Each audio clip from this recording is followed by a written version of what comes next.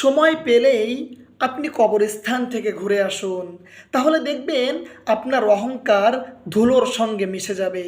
কারণ কবর এমনই একটি ঘর, যে ঘরে একবার কেউ প্রবেশ করে সে আর কখনোই সেখান থেকে দুনিয়ায় ফিরে আসে না।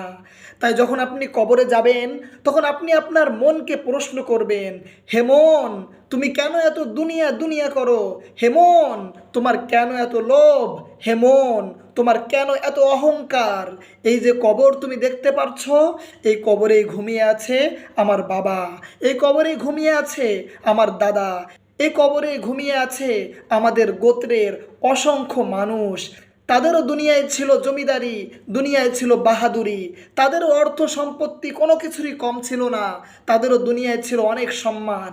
কিন্তু কবরে তারা খালি হাতেই চলে গিয়েছে। তোমাকেও এই কবরে যেতে হবে, অতএব তুমিও এই কবরে যাওয়ার প্রস্তুতি নাও।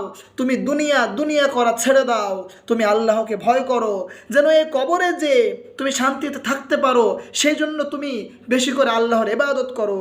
যখন আপনি আপনার মনকে এই সমস্ত কথা বলবেন কবরের পাশে দাঁড়িয়ে, দেখবেন আপনার মনটা নরম হয়ে গিয়েছে এবং আপনার মধ্যে আল্লাহর ভয় চলে আসছে।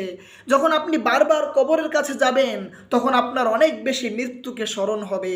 আর যে মানুষের অনেক বেশি মৃত্যুকে স্মরণ হয়, সে আস্তে আস্তে আল্লাহ তাআলার অনেক বেশি ইবাদত করা শুরু করে।